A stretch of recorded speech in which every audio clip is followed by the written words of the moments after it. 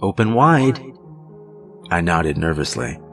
Though I was a little doozy from the Novocaine, if that's what it's called, I realized as I was starting to lose consciousness how odd that request was. Open wide? I already had the obstructive steel mechanism holding my jaw open, and it was now in total control of my ability to open or close it. I suppose all dentists are taught to say that. But where am I going? Confused, I looked around awkwardly as Dr. Willie began to push me down a long tunnel that seemed to go down? Another trick of the mind. We were on the 10th floor of a building. There were no tunnels. Still, it seemed I was being pushed down into the earth. Perhaps you can imagine how my fears escalated as well when Dr. Willie began to whistle as he strapped my arms around the cold frame of the wheelchair.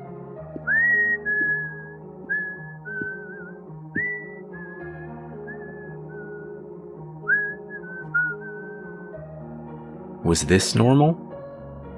Was I dreaming? Nope. The wheelchair suddenly stopped. The tall man stared down at me, a grin spreading wide across his face. But don't worry, you know what they always say. Quick and painless. He paused for a moment, crouching down to my eye level. Well, mostly. He winked again before walking behind to push me farther down the black hallway and resuming his whistling.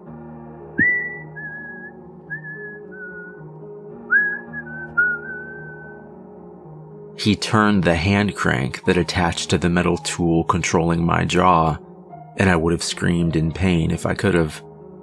Though I couldn't yet feel my face due to the drugs, I knew that some damage had already been done.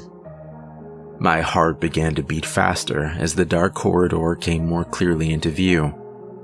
I doubt anyone reading this will believe what I'm going to tell you next, but I remember it clear as day. The walls around us weren't made from wood or concrete, nothing like that. The walls were made of teeth. Small teeth.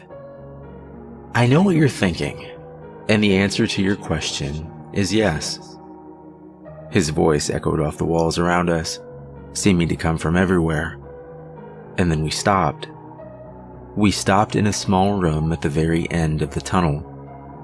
Dr. Willie put the brakes on the chair and walked over to a shiny steel table that was pushed back against the far corner of the room.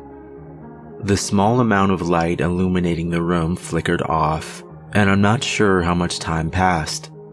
When it came back on, Dr. Willie was standing and holding what looked like some type of saw. Yet that wasn't the worst part. He had transformed into something inhuman, a tall, thin creature in a perfectly tailored pink dress. He had no eyes anymore, and that's when I finally put the whole picture together.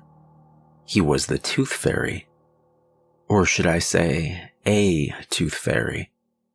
"There are many of us," he had said as he spun closer, still holding the saw and taking great joy in watching the tears begin to stream down my face. I couldn't tell you if it were from the drugs, terror, or both, but I passed out. When I awoke, my mother was standing over me. "I'm so sorry. How are you feeling?" The Novocaine must have still been in effect because opening my jaw to try and speak was incredibly painful. Only a mumbled nonsense came forth. "Don't try and speak," she said. And that's when I noticed that we weren't alone in the room. There was a doctor standing beside her. But it wasn't Dr. Willie. It was someone else. He rested his hand on my mom's shoulder and whispered just loudly enough into her ear that I could still hear him. "We'll have to tell him." I began to cry again, desperately trying to ask what it was that they were hiding from me. "Tell me." It was my mother's turn to cry then, as she buried her head into my chest. "Your teeth. They're all gone," Those words hit me harder than anything ever had. That disgusting creature, perhaps even the Tooth Fairy, had taken every last one while I sat passed out from the drugs. What the hell was I supposed to do now? Dentures, the doctor said, as if reading my mind. Dentures are going to be the best option for... No! I didn't say the word as I was unable to, but a shake of my head and the look in my eyes told them all they needed to know. I wasn't wearing any dentures. I was going to get my own teeth back. I gestured for a pad of paper, my mother taking a moment or two to understand. After she did, I was handed the paper as well as a black inked pen. I wrote quickly. I wrote furiously. I want my teeth back. Honey, I'm afraid that's just not possible. The building has no record of any Dr. Willie, and even if someone were to find him... I slammed the pad of paper down and stared off through the rainy window. Watching the car speed by on the street below, tears began to come easily. Just 14 years old and something precious had already been taken away. They offered me a mirror. I couldn't bear to look. That night when we arrived home, I was given a warm bowl of soup. The worst soup of my life, I might add. I wasn't able to chew even the smallest vegetable, and survived that night on warm chicken broth and Gatorade. My mom kept insisting I settle on dentures, but I had something else planned. Before I go on, you have to understand something. I was terrified of seeing that creature again, but after I awoke from the trauma, there was another feeling as well. Hatred. I hated the thing that had done this to me. I hated that he had taken something so precious. And most of all, I hated that he had done this to so many children before. Somehow I knew what to do. After my mom and dad went to sleep, I was going to sneak out of the house and head back to the scene of the crime. Something told me that the creature that had tormented me would be there, waiting. But I had a surprise for him this time. Or so I thought. Checking my parents' room, I quietly headed back down to my own bedroom and climbed down the gutter drain. I jumped the last few feet down onto the driveway and began to jog down the center of the empty street towards the tall building. Though my parents had been under the impression that I had taken the large dose of pain medication prescribed to me by my newest doctor, I had opted to bury it under my mattress instead. The pain I felt while running down the dark street was intense and sharp, but I wanted to be sharp myself. And the acute throbbing of my jaw was like gasoline on the fire of hatred that was pushing down through my entire body. When I reached the corner of Elm Street, the first wave of fear finally took hold. Staring up at the office building, I saw that there was a single light switched on. I counted the floors. 6, 7, 8. Of course it was the 8th floor. Still, that was why I came here, wasn't it? Taking a deep breath, I walked towards the entrance of the building. I hadn't planned far enough ahead to think about just how I would get into the building at night. As it turned out, that was a problem I needed not solve. The door was wide open. I slowly stepped inside and it closed and locked behind me. There was no turning back now. There were 2 different sets of elevators, though one looked to be out of commission. There were 2 orange cones sitting in front, tied together easily with an overzealous amount of yellow caution tape. Pressing the up button to the other, I listened in the darkness to the faint hum of the machine as it glided down towards me.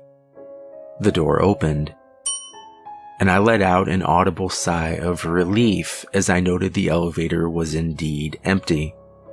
Jesus, how was I going to fight this thing when I was so afraid? The door closed in front of me, and I hesitated for a moment. Before I could even gather the courage to press the button, The number 8 lit up like a Christmas tree, and the elevator began to rise. As it rose, I got as ready as I could be. I summoned whatever courage I had left, telling myself that if I didn't stand up to this creature and try to kill it, who would? The door opened to the 8th floor, but instead of being greeted to the usual lobby or waiting room, I stepped out instead into a hallway. The hallway, in fact, where I had been pushed against my will. The hallway of teeth. This time, instead of being strapped down and wheeled along the cold floor, I went willingly farther into the tunnel that yet again seemed to go down deep into the earth. Each step brought more fear than the next, and then I heard the voice. "Welcome back," it said, seeming to hold back a soft laughter. Whatever had been lighting the path before me ceased immediately, but I was prepared. I quickly pulled out a flashlight and pointed it in the direction of Dr. Willie's voice. You came prepared," he added, this time not holding back a coarse laughter. "I came to kill you," I finally replied, the words jumbled and blurred together in my current condition. I tried my best not to stammer in fear. There was silence for a moment. It did nothing to ease my terror. Before I could think of my plan of attack, a tall figure in a pink dress came twirling forward out of the darkness. I fell back in fear, and the flashlight slid across the smooth floor towards the creature. It danced towards me, faster and faster.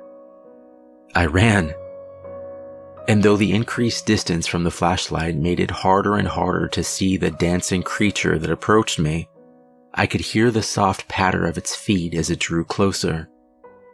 Without thinking, I stopped in place, closing my eyes and putting my full trust into a different sense. I listened. I listened as the creature drew closer, and I pulled out the gun I had taken from my father's closet. Please God, don't let me miss. Right before the creature reached me, I pulled the trigger. And then I pulled it again and again.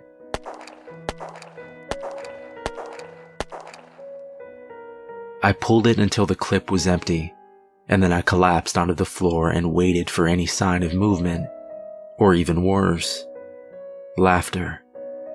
But there was nothing. And a short time later, I walked back down towards the flashlight I had left behind. Scanning the hall carefully, I saw no sign of the creature that had pursued me. I hadn't killed it after all. I reloaded the gun quickly. Though my cell phone still works, I can't seem to find my way out of the tunnels of teeth. They seem to go only in one direction, down, farther and farther into the earth. And I only have 3 bullets left. I hadn't managed to kill the creature, but I was still alive, and I still had a shot. But how the hell was I going to escape the tunnels? Perhaps I wasn't. Perhaps I was meant to die down here, as the creature had said. But maybe, just maybe, I could take that evil dentist son of a bitch with me. 3 bullets. That would have to be enough. But there was something else, too. How long would the batteries in my flashlight last? I guess 3 or 4 hours max. And if I wasn't able to kill the creature and escape by then, I suppose I'd be as good as dead. But if I could find him while the light still shone brightly, if I could find him while the meandering passages of children's teeth could be seen, maybe I could aim truer this time. Maybe I could kill it. Walking slowly around each corner, I turned the flashlight ever so cautiously, hoping I was ready for the creature to appear. Hours passed by quickly, until my watch finally froze at, you guessed it, midnight. Maybe it was my imagination, but it seemed that just as my watch hit that time, the angle of the tunnel seemed to slant even more downwards. No, not my imagination at all, I realized.